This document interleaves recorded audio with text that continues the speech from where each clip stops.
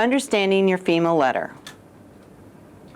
Survivors who apply for help from the Federal Emergency Management Agency, FEMA, as a result of a federal declaration of the recent disaster will receive a letter in the mail from FEMA.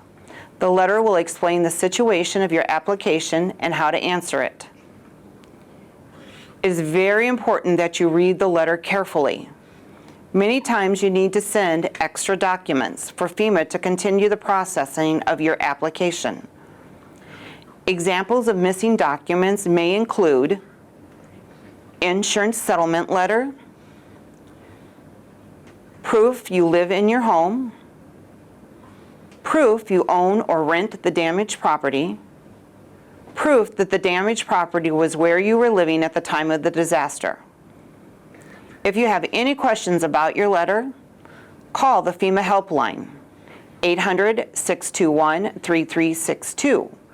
711 or video relay users can call 800-621-3362, TTY 800-425-7585.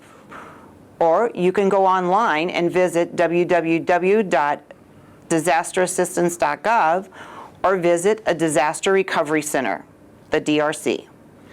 To find the closest disaster recovery center, call FEMA's helpline, use the FEMA app on your smartphone, or go online to www.fema.gov/DRC. You may appeal FEMA's decision if you do not agree with it. For example, if you think the amount or the type of assistance that is not enough or it is not right, you can send appeal letter and documents to support your claim, such as a contractor's estimate for home repairs. If you have insurance and you received money from the insurance, FEMA cannot send you money. However, if your insurance doesn't cover enough, you may get more assistance for unmet needs after your insurance claims have been settled. How to appeal a FEMA decision. All appeals must be filed in writing to FEMA. You should explain why you think their decision is not right. When you send in your appeal, please include the following: your full name, your birth date, where you were born, the damaged property address, your FEMA registration number. You also need to get the letter notarized by a notary. If you do this, you need to include their identification card or include the following statement: I hereby declare under penalty of perjury that the foregoing is true and correct. This statement means that you promise that the information in your letter is true and that if you are not telling the truth, you could be in trouble.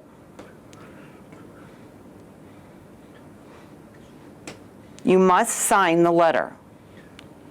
If someone else who is not the survivor or the co-applicant is writing the letter, you must include a signed statement that the person can write the letter for you.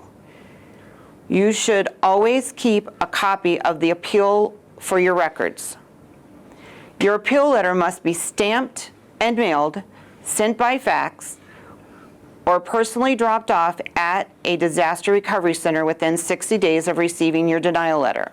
You can send your letter to FEMA Individual Household Program, National Processing Center, P.O. Box 10055, Hyattsville, Maryland, 20782-7055, or fax to 800-827-8112, Attention FEMA Individual and Household Programs.